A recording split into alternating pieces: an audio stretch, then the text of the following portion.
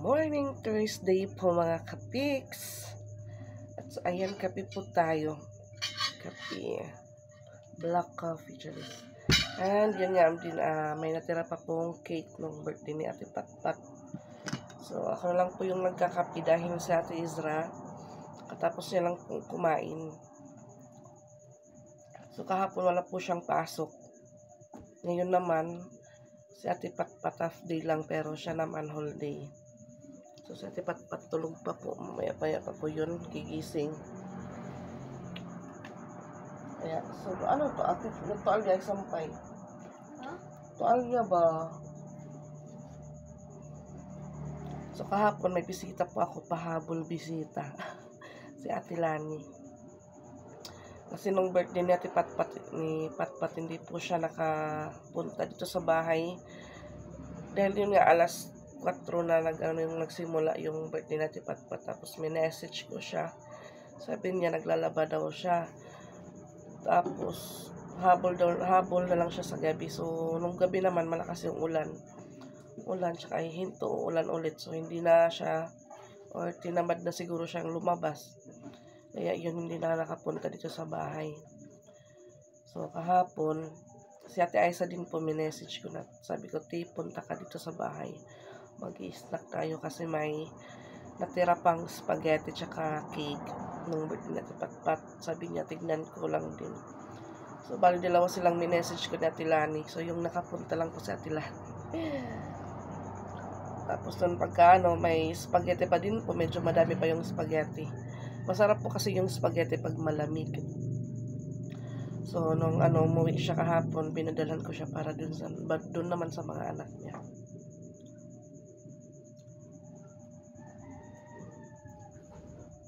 Half day lang po yung pasok ni Patricia. Kaya napahaba po yung tulog.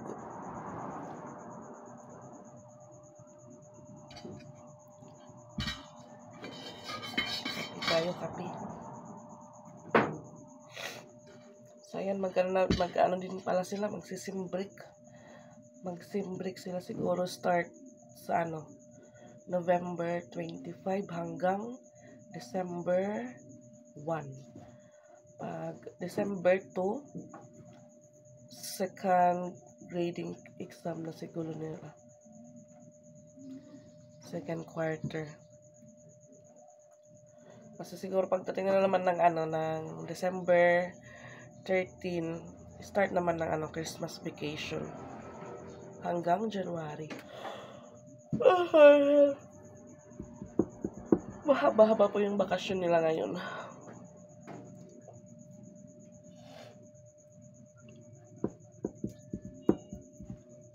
So, makulimlim na morning, makulimlim po sa labas. Yan na po si Ate Ezra.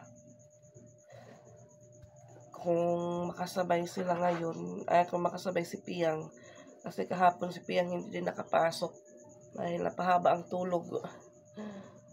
Nagkalagnak, si Rose Ann nagkalagnak.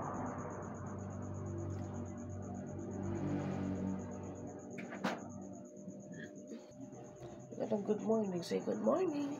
Good morning. So, may gasan pa ako doon. Mamaya na po yun. Kobe Bryant. Check. Kobe Bryant, check.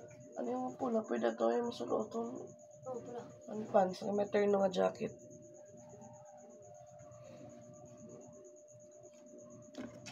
So, maglalakad lang po siya ngayon. Vlog.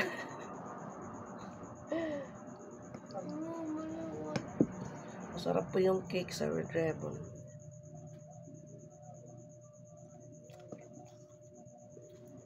Hindi po siya masyadong matamis. Sakto lang po.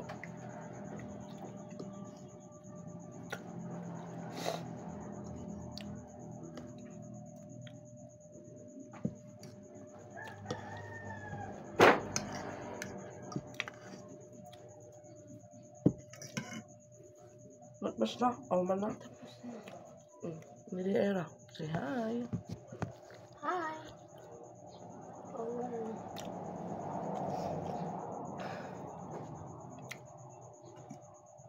Piyang bayan dumungan.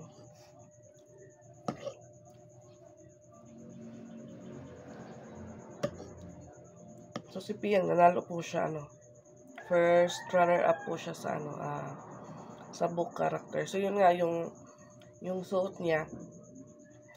Yun din yung ginamit niya last year nung sumali sila sa book character. Walang design. Parang yun nga, renovate lang ni Rose yung design. Tapos, sa Tizra, ayaw niya naman sumali. Kaso yun nga, sabi ko sa kanya, kasi dito, hindi na po uso yung hiram-hiram ng costume. Kailangan po talagang magre-rent ka. So, nakita ko po yung ibang kaklase niya. Kasi may nagre-renta po dito ng costume sa akin, sa amin, malapit sa amin. So, nakita ko yung mga gown nila. Yun yung pinaparentahan ng 500 or 300 pero ang dyan na, Jaika pera. 400 is 500 na tunukan to tapos may discount na 400. Anong to nga kuan? Princess in the Frog. So yun, dapat daw, 400. Tapos nagan sila ng discount, naging 300 na lang daw. Siguro ang dakot to, 500 ang yellow. Dalawang kaklase niya po nag-rent ng gown or costume, sabi ko. Tapos parang din kasi parang maangay tapo. Wala daw babagay sa buhok niya kung sumali siya sa book character. Tapos si Patpat naman din po mga kapiks, tinatanong ko, pa, sali ka? Sabi niya hindi. Kaya nung birthday niya, dito siya sa bahay kasi pwede naman mag-absent. Di lang naman yung Kasi yung ibang bata, yung ibang walang pasok. So yung pinapabalik na ng teacher, yung sasali sa book character.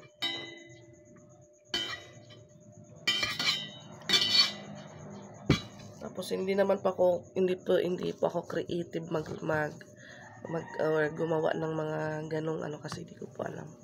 Si Rose Ann sanay po yun gumawa ng mga po yung ko. Sanay po siya gumawa ng mga ganon. Mga recycle. Ipiyang may sumamay. Yan, makalimlim na morning. So, umulan kagabi siguro mga kapis kasi yung lupa, mabasa. Doon na po yung dalawa. Waiting na lang po sa maghatid sa school nila.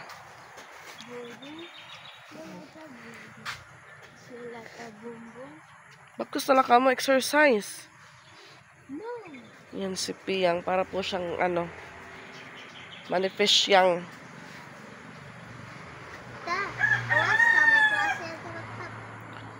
Ada siguro. Ano buwas? Friday.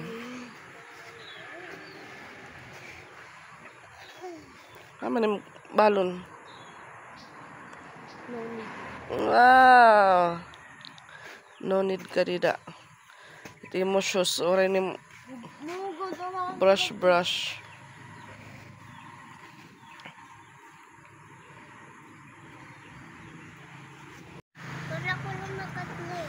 Kaya wala pang bumatid motor. So, hindi po nahatid ni si Piang ng papa niya siguro dahil pag umuwi, natutulog agad.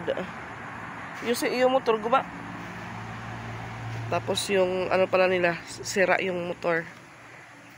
Ilis na po sila. Yan na po si Pix. Hi, Pix. Morning.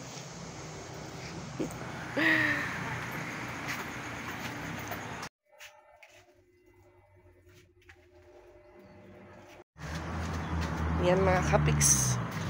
Tapos ko lang pong maghugas at igib muna ako ng tubig dahil mainit na po sa sa bubon or sa balon. So ipat-pat. Kagigising lang po. Yun na po, na po siya nagtitimpla. So po yung vlog natin kasi may music po doon. Init na po. Naman pa ako ngayon mga kapiks. Wala lang pa akong binibentang mantika. Mag-repack ako. Tapos kung may ice bag pa po doon ako.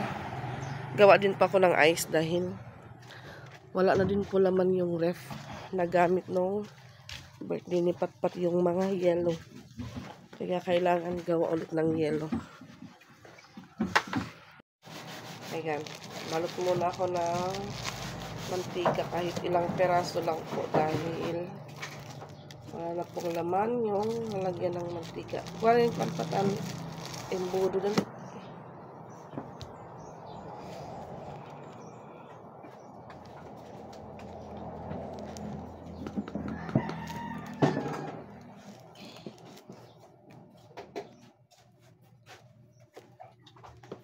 Sobrang tahimik na po mga kapiks. Kasi kasi nga nalalay mo. Oo, naklase nito yan.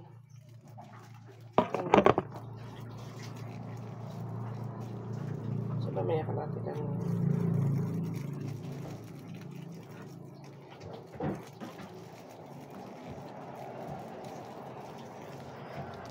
So, wala na pala ako ice pack.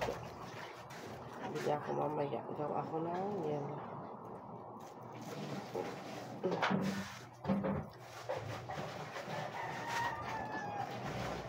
Kasi Israel na ba? Oo, nagkakasa ng atis. Kaya mama din na. Oo, sir, mandat mo rin. Eh di. Kan Sir Aaron. Ano, nakapit yung Sir Aaron. Sir Aaron, estudyante. Oo. Ma'am Arlen nga ni Asya na ako tira klase na. Bigla. Ah, yan na may kasiran. Yan ako lawat may da. Bigla, oo. Is buwas, sa klase kulog. Natulad kan Sir Aaron naman.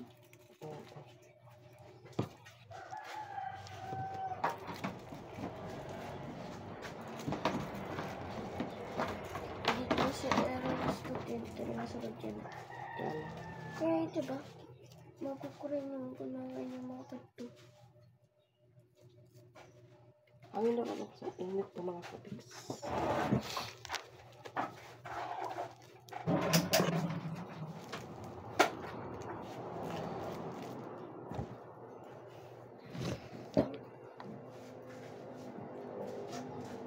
Kuan na kay ma-school kanyan ko lo. Kau lang kanon. Ayun nga. Ang ganyan, magugutom ah. Kaman. Maya na siya kakain kasi maya-maya. Gugutumin na naman daw siya. Aldir, pagka rin yan, ate sir, di ka makaon. Oo, God. Mga 10 na lakaan.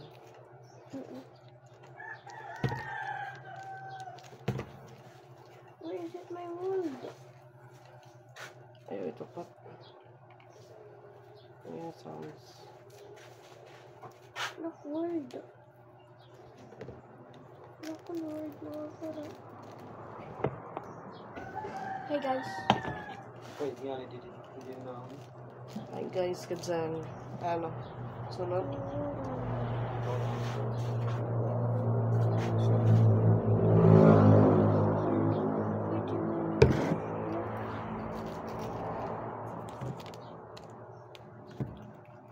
Tuman, villager. Open na lang, open.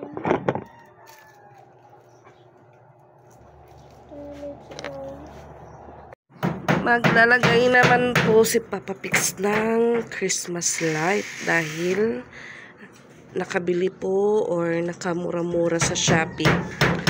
Nung nag-canvas, nung nandun po kami sa downtown, may natignan din po kami ganito. Solar din mga kapix kasi solar po yan. Yan. So yung isa po nito ay 350. So nung nakita po ni Papa Pix sa Shopee, 2 peraso na po siya mga kapix. 300 plus lang po. At mas nakamura-mura po siya Shopee. Kaya doon na po si Papa Pix nag-order. Ayan mga kapix. So yung isa nalagay na po. Ito na lang din yung isasabit namin ngayon. So si Papa Pix nagano po siya ng mga pako. Naglalagay na. Yan na po yung isa. Nalagay na po ni Papa Pix. Mahaba po yan mga kapix. Mahaba. Yan. Hanggang doon. So yung series ko naman po sa tindahan. yung nakalagay po na series sa labas. Nilipat po namin dito para paggabi medyo maliwanag po siya kasi kung ano po hindi po abot kasi dito yung ilaw sa labas, kaya kailangan din lagyan dyan ng ilaw. So yung naisip na Papa Pix, yung series na lang po ilagay para medyo maliwanag po kaunti, hindi masyadong madilim. Magkakatabi po yung mga wire ng solar.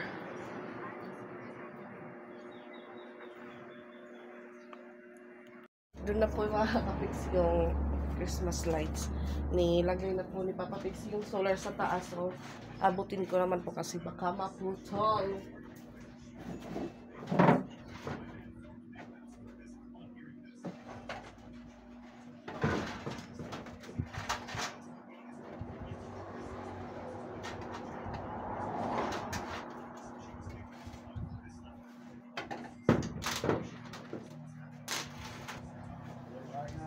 Waray ka pa bunlot ka, waray.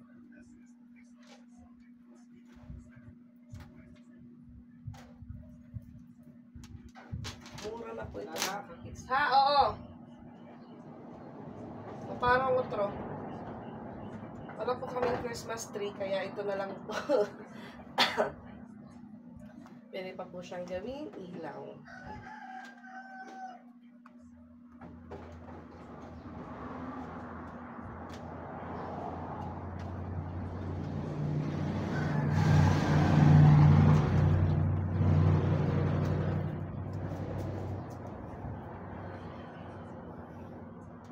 Sabi ko baka umabot pa doon sa labas, lagyan na lang din. Kasi yung po namin doon sa taas, yung Christmas lights din na solar. Kaso pino po siyang mga bulb. Bigla agad na nasira or hindi na po siya nag-light. Same kay Rose Ann kasi meron din sila ganon din po yung nangyari. Biglang nag-off lang po, so hindi na po siya nag-light ulit.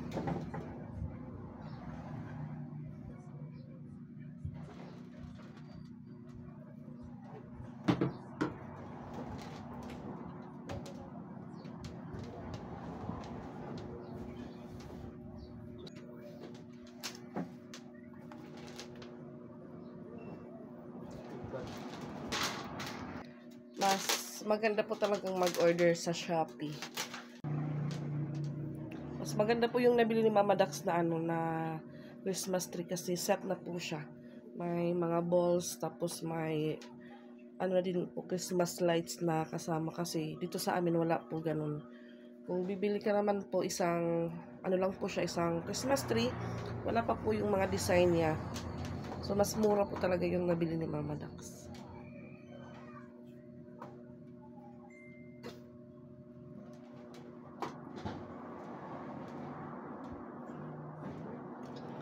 Ayos na po si Papa Pix.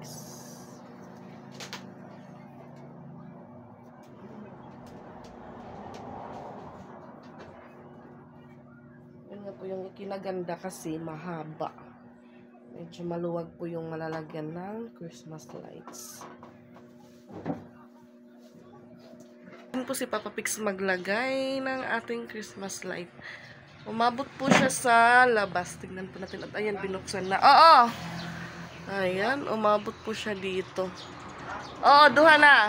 Ayan, may light na. Tignan po natin sa loob. Ayan.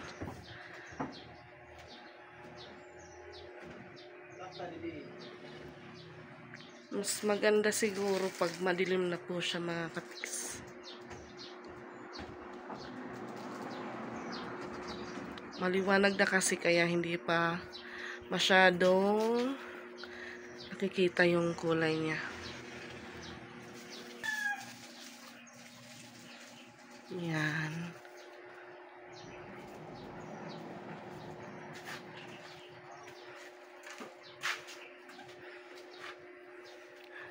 Kasi yung ganito ko po mga Kapix, yung garland, di ba po garland yan, nasira na po. Tatry ko kung ano kasi yung iba naputol na.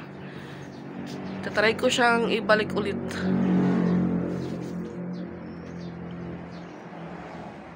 Mas maganda siguro pag may garland. Ayan, ayan, ayan. So, maganda po ngayon yung sikat ng araw. Mas maano po yung karga ng solar.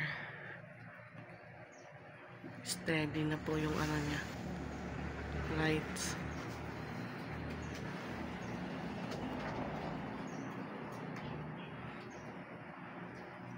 Sa tindahan, eto naman po siya mga kapiks. Ayan.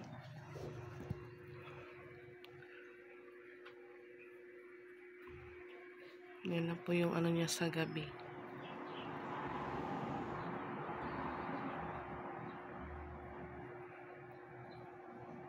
See? Ang ganda po ng aming Christmas lights, char.